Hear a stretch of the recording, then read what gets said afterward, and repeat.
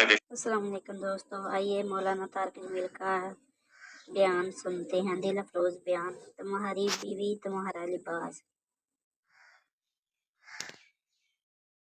اللہ تعالیٰ نے جتنے انسانی رشتے بنائے ہیں، ماں باپ، بہن بھائی، چاچے تائے، دادا دادی، نانا نانی، ساس سسر، خالہ بھانجا بھتیجا، پھوپھی پھوپھا، یہ جتنے اللہ نے رشتے بنائے ہیں، ان میں سب سے اہم رشتہ خامند اور بیوی ہے۔ سب سے اہم رشتہ خامند اور بیوی، سب سے قریب ترین رشتہ خامند اور بیوی۔ لباس سے زیادہ کوئی چیز میرے قریب ہے، آپ کے قریب؟ لباس سے زیادہ کوئی چیز قریب ہے؟ بولو۔ تو اللہ تعالیٰ کہہ رہا ہے کہ میری بیوی میرا لباس ہے، اور میری بیوی سے کہہ رہا ہے کہ تیرا خامن تیرا لباس۔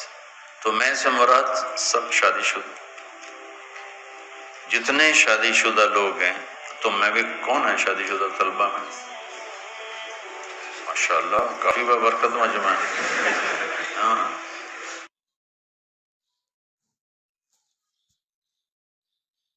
اللہ تم سے کہہ رہا ہے تمہاری بیوی تمہارا لباس ہے۔ سب سے قریب شادی کے بعد قریب ترین رشتہ لفظ لباس بتا رہا ہے بیوی ہے۔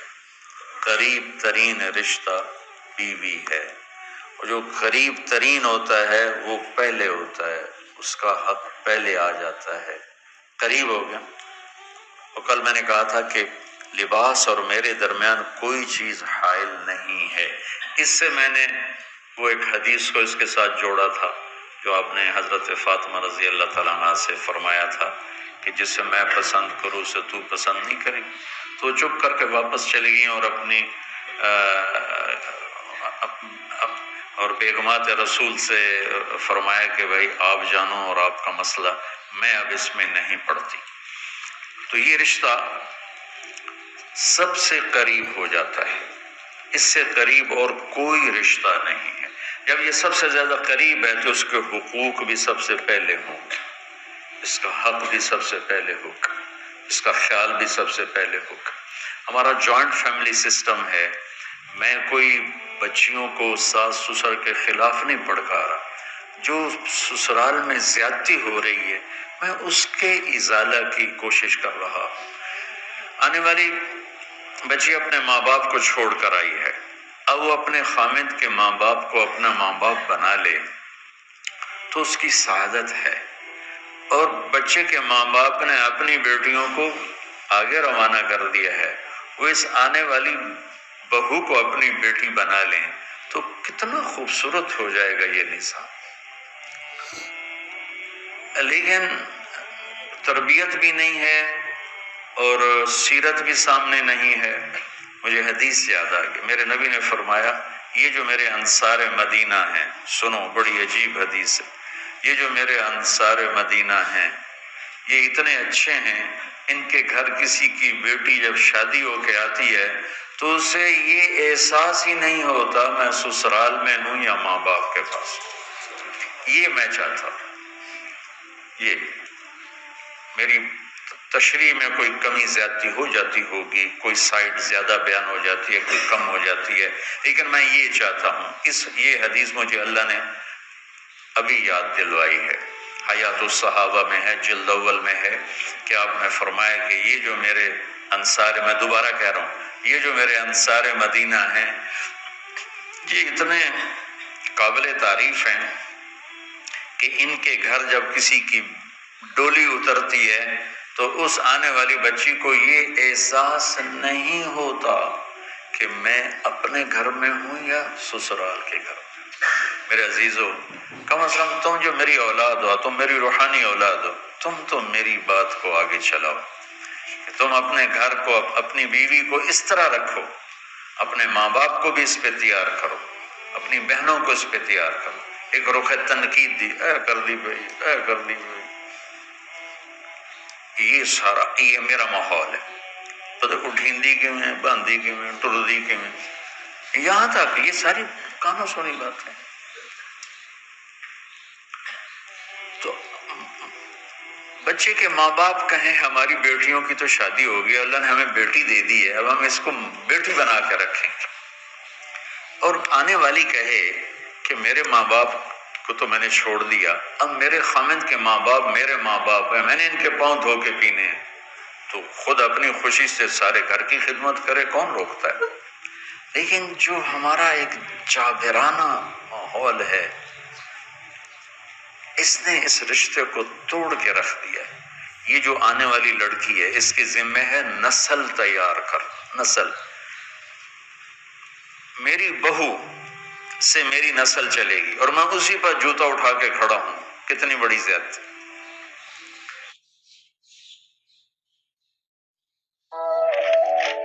ماں یہ نہیں سوچتی کہ میری نسل جو چلے گی اس لڑکی سے چلے گی، اب ساس اگر یوں سوچے کہ میری نسل اس سے چلے گی، سسر یوں سوچے میری نسل اس سے چلے گی، خامند یوں سوچے کہ میری نسل اس سے چلے گی، خامند کی بہنیں یوں سوچے ہمارے بھائی کی، ہمارے باپ کی نسل اس سے چلے گی، تو ہم اس کو عزت دیں، محبت دیں، پیار دیں، تو وہ پاگل ہے جو تمہیں کاٹ کھائے گی یا تم سے لڑے گی۔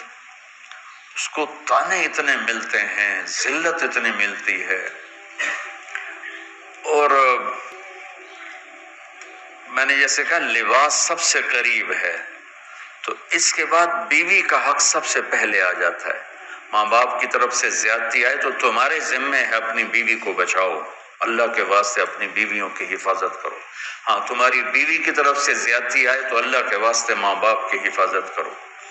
تو اس کا مطلب یہ نہیں کہ تم ڈنڈا اٹھا لو، اپنے اخلاق ایسے بناؤ، سپرنگ بن جاؤ، سپرنگ جو پریشر سے کو قبول کر کے دب کر کے نیچے چلا جاتا ہے، نیچے جانے میں جڑ جانے کا نظام چھپا ہوا ہے کہ جھک جاؤ، ماں باپ ناراض ہو ان کے پاؤں پکڑ لو، بیوی ناراض ہو اس کے پاؤں پکڑ لو، ذلت میں عزت چھپی ہوئی ہے، ساری زندگی کا تجربہ بتا رہا ہوں۔ ذلت اللہ کی رضا کے لیے ذلت اٹھانے میں عزت چھپی ہوئی ہے۔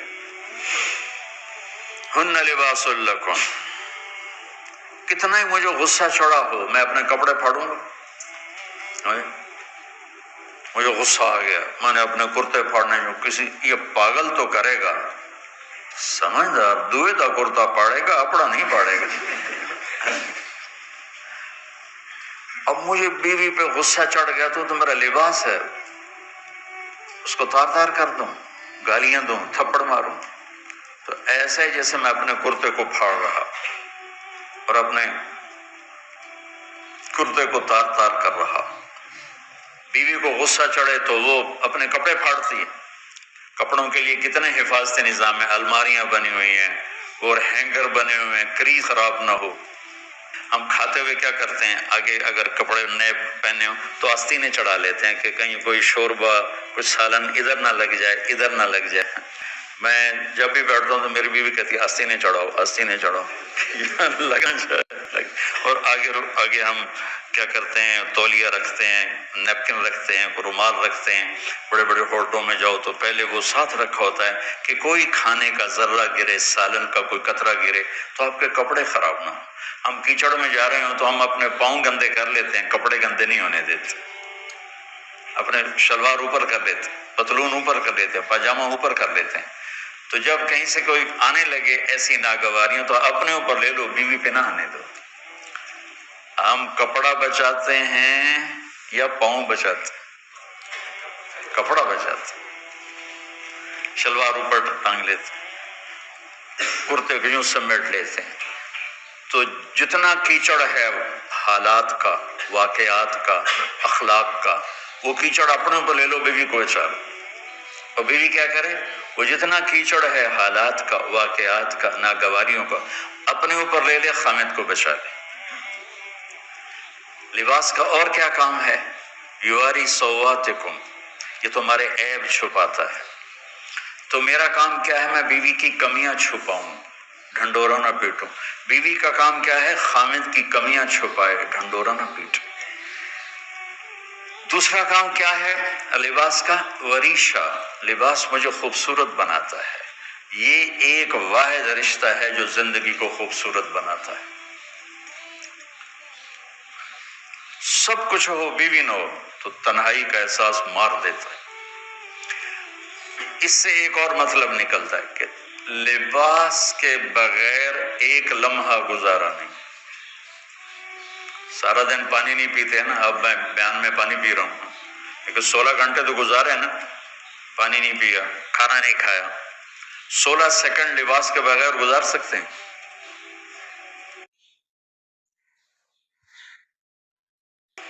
بولو.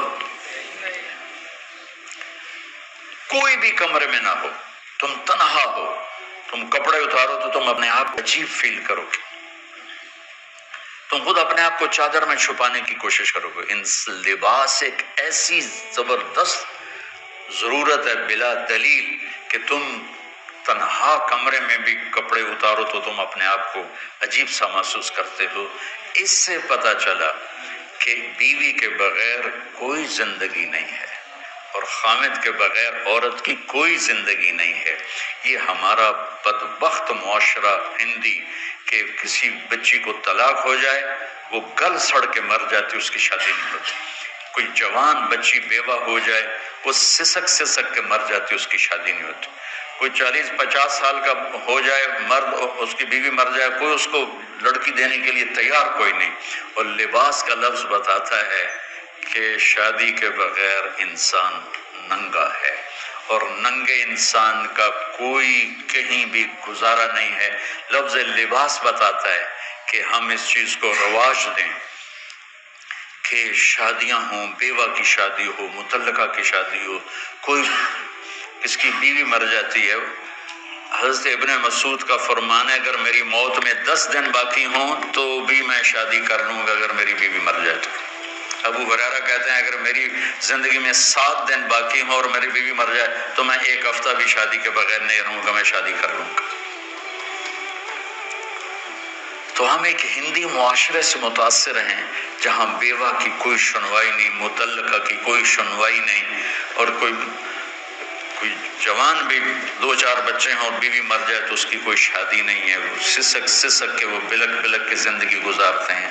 ہم لوگ اس کو رواج دیں. لباس، لفظ لباس بتا رہا ہے کہ جیسے لباس کے بغیر ایک لمحہ آدمی چین سے نہیں بیٹھ سکتا، ایسے ہی اس رشتے کے بغیر زندگی میں کوئی خوبصورتی نہیں، کوئی حسن نہیں ہے.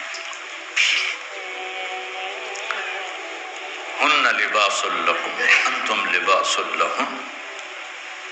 تو لباس کیا کرتا ہے؟ زیب و زینت. لباس کیا کرتا ہے؟ عیب چھپاتا ہے. لباس کیا کرتا ہے؟ خوبصورت بناتا ہے. تو اس رشتے کو خوبصورت بنانا ہے. بیوی خامند کے لیے، خامند بیوی کے لیے. کس طرح یہ رشتہ خوبصورت بنے گا؟ اچھے اخلاق کے ساتھ. اچھے اخلاق